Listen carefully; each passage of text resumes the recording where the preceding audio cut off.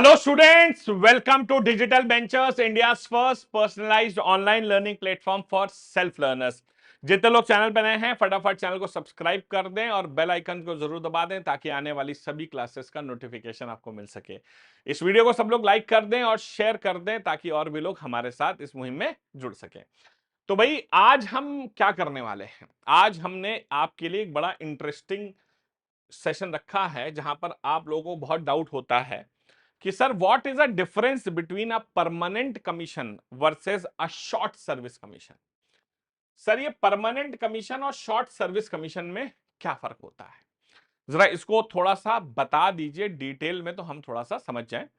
तो मैं आज आपको परमानेंट कमीशन और शॉर्ट सर्विस कमीशन में क्या डिफरेंस है उसके बारे में बताने वाला हूं।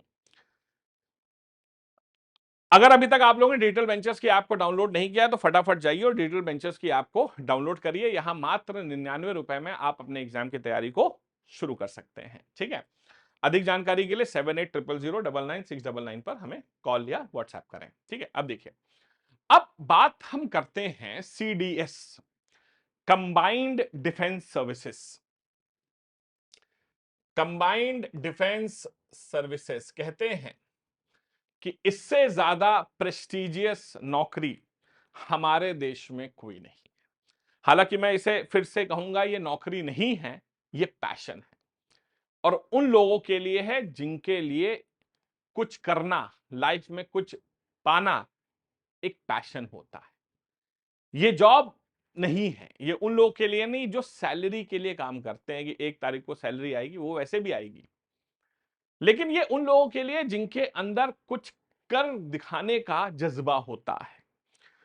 और इससे प्रेस्टिजियस और सम्मानजनक नौकरी हमारे भारत में मुझे नहीं लगता कि और कोई है।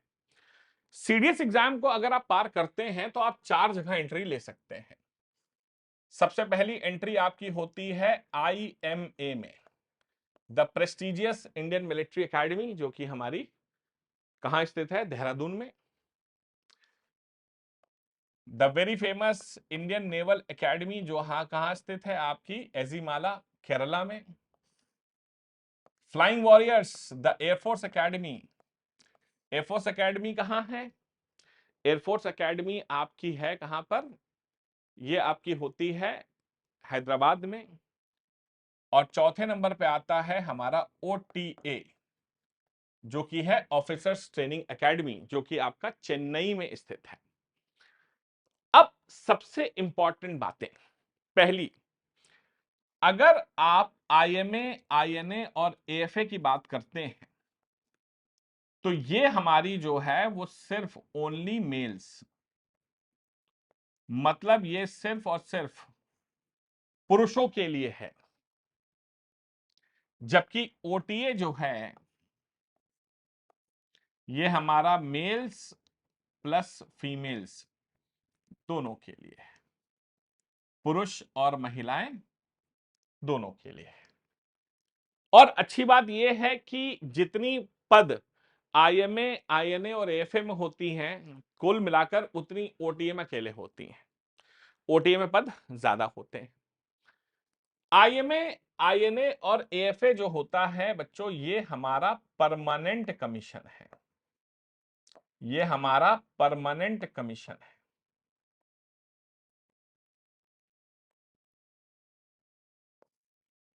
ये हमारा परमानेंट कमीशन है। और ये हमारा जो है, ये हमारा शॉर्ट सर्विस कमीशन है।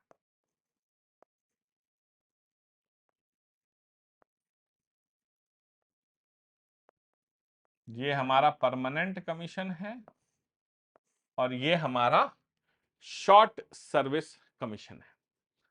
ठीक है, अब दोनों में फर्क क्या है आइए जरा समझते हैं। क्या जॉब प्रोफाइल में कोई फर्क है? ऐसा कुछ नहीं है, सब कुछ दोनों लोगों को सेम होता है। लेकिन कुछ फर्क हैं, जैसे कि अगर हम बात करते हैं परमानेंट कमीशन में और शॉर्ट सर्विस कमीशन में, तो अगर बात करें तो परमानेंट कमीशन में पहली चीज, जॉब कब तक होती है? जॉब आपकी होती है टिल रिटायरमेंट। टिल रिटायरमेंट, यहां पर जॉब आपको रिटायरमेंट तक होती है। अब रिटायरमेंट की मिनिमम एज कितनी होती है? तो रैंक के हिसाब से रिटायरमेंट होता है। सेना में मिनिमम 54 साल से आपका रिटायरमेंट शुरू हो जाता है। Minimum 54 years depending upon the rank. ठीक है, अब जाहिर सी बात है आप जनरल वगैरह बन गए तो एज और भी ज्यादा आपको मिलती है, लेकिन मिनिमम 54 साल से यहां पर होता है, तो टिल रिटायरमेंट आपकी जॉब होती है। शॉर्ट सर्विस कमीशन में आपकी जॉब सिर्फ और सिर्फ 10 साल के लिए होती है, सिर्फ और सिर्फ 10 साल के लिए। दूसरी चीज, ये जो है एलिजिबल फॉर पेंशन, ये जो है परमानेंट कमीशन वाले जो होते हैं, ये इनको पेंशन मिलती है। शर्त इतनी है कि इन्होंने मिनिमम 20 साल सर्व किया हो। अगर 20 साल आपने सर्विस कर ली तो आप एलिजिबल हो जाते हैं पेंशन के लिए। शॉर्ट सर्विस कमीशन में क्या है कि नो पेंशन, कोई पेंशन यहां पर नहीं मिलती है। लेकिन पेंशन नहीं मिलती, आपको ग्रेजुइटी वगैरह मिलती है, एक सेटलमेंट अमाउंट आपको मिलता है 10 साल के बाद। ठीक है, बाकी सारी चीजें, बाकी सारी चीजें जो होती हैं वो सेम होती हैं। अब क्वेश्चन ये आता है कि शॉर्ट सर्विस कमीशन वाले 10 साल के बाद क्या कर सकते हैं? Short service commission after 10 years. अब मान लीजिए कि एक व्यक्ति शॉर्ट सर्विस कमीशन में गया और 10 साल उसके पूरे हो जाएं, तो वो क्या कर सकता है? पहला ऑप्शन, पहला ऑप्शन ये है कि वो व्यक्ति जो ऑफिसर है वो भाई साहब एग्जिट ले सकता है। एग्जिट ले लेगा और एग्जिट लेने के बाद भाई साहब उसे नौकरियां थाली में परोस कर मिलती हैं। सेना के लोग वैसे डिसिप्लिन्ड होते हैं, तेज होते हैं, उनको नौकरी ढूंढना कोई बहुत बड़ा रॉकेट साइंस नहीं है। तो वो एग्जिट लेकर प्राइवेट सेक्टर में कॉर्पोरेट जॉब्स में चले जाते हैं, आईएएम वगैरह चले जाते हैं, पढ़ के फिर से आगे अपनी लाइफ को कंटिन्यू करते हैं as a professional, corporate professional, civilian life में चले जाते हैं। दूसरा, दूसरा ये है एक्सटेंशन फॉर 4 इयर्स। भाई 10 साल का आपको 4 साल का एक्सटेंशन मिल जाएगा, 10 + 4, तो आप 14 साल हो जाएंगे आपके पूरे। तो 4 साल का आप एक्सटेंशन ले सकते हैं, वो मिल जाएगा। और तीसरा ये है अप्लाई फॉर परमानेंट कमीशन। तीसरा ये है कि आप परमानेंट कमीशन के लिए अप्लाई कर दीजिए। अब क्वेश्चन ये आता है कि परमानेंट कमीशन के लिए एप्लीकाई तो हम कर देंगे, उसकी क्या कंडीशन है? पहली कंडीशन ये है कि जो आपकी एनुअल कॉन्फिडेंशियल रिपोर्ट होती है वो बहुत अच्छी होनी चाहिए, नीट एंड क्लीन होनी चाहिए। आपकी जो एनुअल कॉन्फिडेंशियल रिपोर्ट है बहुत अच्छी होनी चाहिए, साफ सुथरी होनी चाहिए, उस पर कोई आरोप पत्र नहीं होने चाहिए। मतलब आप एक डेकोरेटेड ऑफिसर होने चाहिए। दूसरा, आपके ऊपर कोई बिल्स वगैरह पेंडिंग ना हो, वो तो बहुत छोटी चीज है।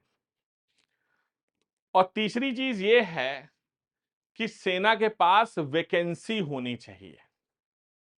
सेना के पास वैकेंसी होनी चाहिए आपको परमानेंट कमीशन में कन्वर्ट करने के लिए। हालांकि एक सच्चाई बताऊं तो एक रिपोर्ट के अनुसार भारत में फौजी लेवल पर नहीं लेकिन ऑफिसर लेवल पर बहुत पद वेकेंट हैं हमारे देश में, हजारों की मात्रा में। तो अगर आप परमानेंट कमीशन के लिए अप्लाई करते हैं और आपका ट्रैक रिकॉर्ड साफ सुथरा है और आपको रिकमेंडेशंस वगैरह मिली हुई हैं, तो आप परमानेंट कमीशन में अप्लाई होकर वापस अपनी जॉब को कंटिन्यू कर सकते हैं टिल रिटायरमेंट। जहां मैंने बताया कि मिनिमम 54 साल की उम्र होती है। जहां पर सेना में नियम यह कहता है कि 20 साल के बाद you are eligible for a pension, pension आपको मिलती है। तो आई होप कि शॉर्ट सर्विस कमीशन और परमानेंट कमीशन के बीच जो फर्क था वो आपको क्लियर हो गया होगा। थैंक यू बच्चों।